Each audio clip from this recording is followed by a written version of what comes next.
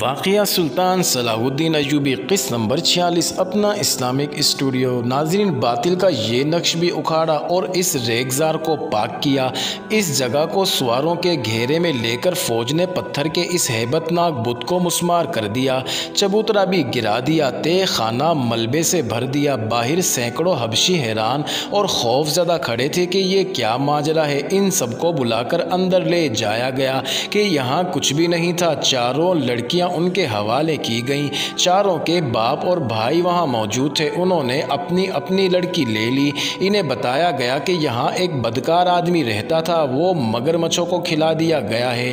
ان سینکڑوں حبشیوں کو اکٹھا بٹھا کر ان کی زبان میں واز دیا گیا۔ وہ سب خاموش رہے۔ انہیں اسلام کی دعوت دی گئی، وہ پھر بھی خاموش رہے۔ کبھی کبھی شک ہوتا تھا جیسے ان کی آنکھوں میں خون اتر آیا ہے۔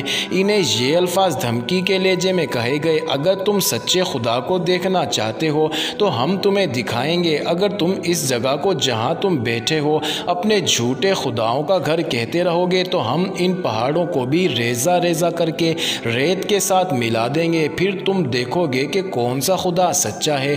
ادھر قاہرہ میں عرارہ ہوش میں آ چکی تھی۔ وہ اپنی داستان سنا چکی تھی جو پچھلی ویڈیو میں بیان کی گئی ہے۔ کبھی وہ کہتی تھی کہ اس نے کوئی خواب دیکھا ہے، اسے ساری باتیں یاد آ گئی تھی۔ اس نے بتایا کہ پروہت اسے دن رات بے آبرو کرتا تھا اور پھول کئی بار اس کی ناک کے ساتھ لگاتا تھا۔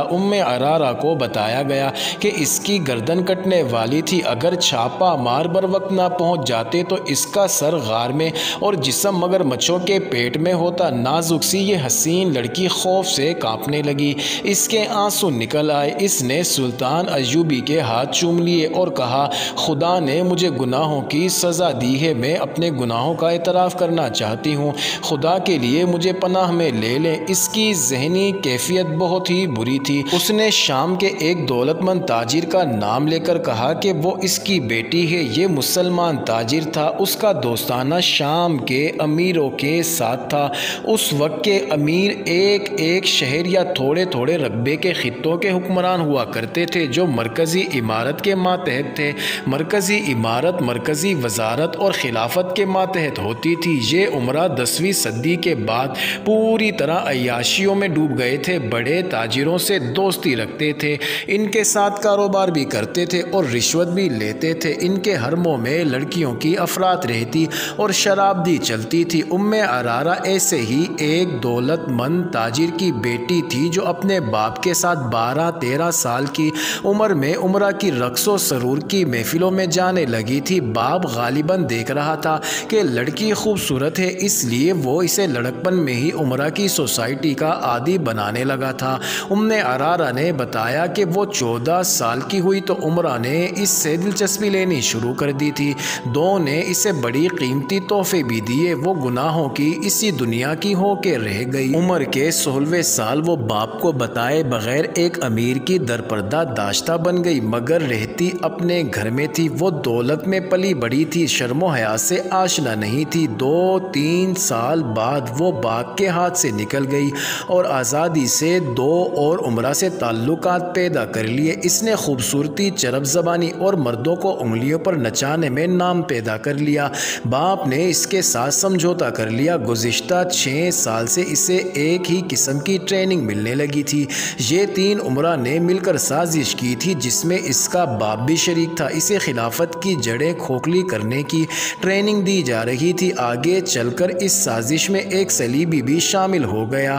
یہ عمرہ خود مختار حاکم بننے کے خواب دیکھ رہے تھے، صلیبیوں کی مدد کے بغیر یہ ممکن نہ تھا۔ عرارہ کو نور الدین زنگی اور خلافت کے درمیان غلط فہمیاں پیدا کرنے کے لیے بھی استعمال کیا گیا تھا۔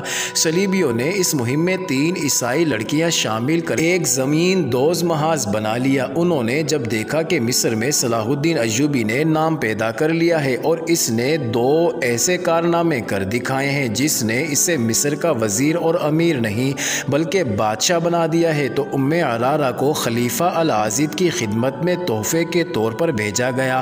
اسے مہم یہ دی گئی کہ خلیفہ کے دل میں صلاح الدین ایوبی کے خلاف دشمنی پیدا کرے اور سابق سوڈانی فوج کے جو چند ایک حکام فوج میں رہ گئے ہیں انہیں العاضد کے قریب کر کے سوڈانیوں کو ایک اور بغاوت پر آمادہ کرے۔ اس سے دوسری مہم یہ دی گئی تھی کہ خلیفہ العاضد کو آمادہ کرے کہ سوڈانی جب بغاوت کریں تو انہیں ہتھیاروں اور ساز و سامان سے مدد دے، اور اگر ممکن ہو سکے تو صلاح الدین ایوبی کی فوج کا کچھ حصہ باغی کر کے سوڈانیوں سے ملا دے۔ خلیفہ اور کچھ نہ کر سکے تو اپنا محافظ دستہ سوڈانیوں کے حوالے کر کے خود سلطان ایوبی کے پاس جا پناہ لے اور اسے کہے کہ اس کے محافظ باغی ہو گئے ہیں۔ مختصر یہ کہ صلاح الدین ایوبی کے خلاف ایسا محاذ قائم کرنا تھا جو اسے مصر سے بھاگنے پر مجبور کر دے اور باقی عمر گمنامی میں گزار دے۔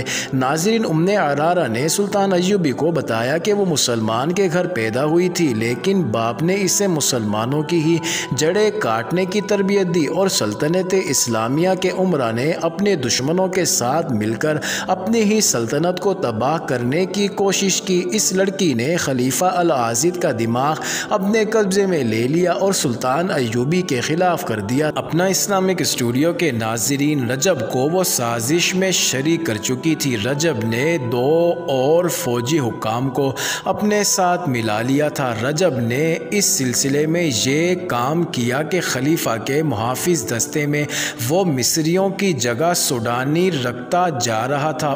عرارہ کو خلیفہ کے پاس لائے ابھی 2-2.5 مہینے ہوئے تھے۔ وہ قصر خلافت پر غالب آ گئی تھی اور حرم کی ملکہ بن گئی تھی۔ اس نے یہ انکشاف بھی کیا کہ خلیفہ سلطان ایوبی کو قتل کرانا چاہتا ہے اور رجب نے حشیشین سے مل کر قتل کا انتظام کر دیا ہے۔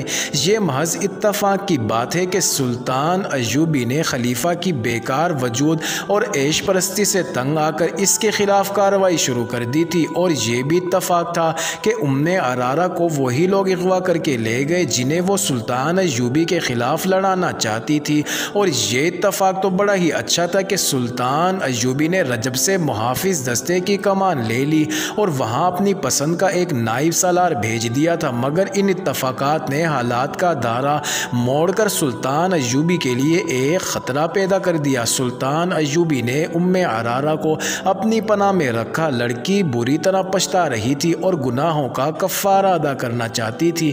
قدرت نے ایک ایسا دھچکا دے کر اس کا دماغ درست کر دیا تھا۔ سلطان ایوبی ٹھنڈے دل سے سوچنے لگا کہ اس سازش میں جو حکام شامل ہیں ان کے ساتھ وہ کیا سلوک کرے۔ دوسرے دن الناصر اور بہاؤالدین شداد فرعونوں کا آخری نشان مٹا کر فوج واپس لے آئے۔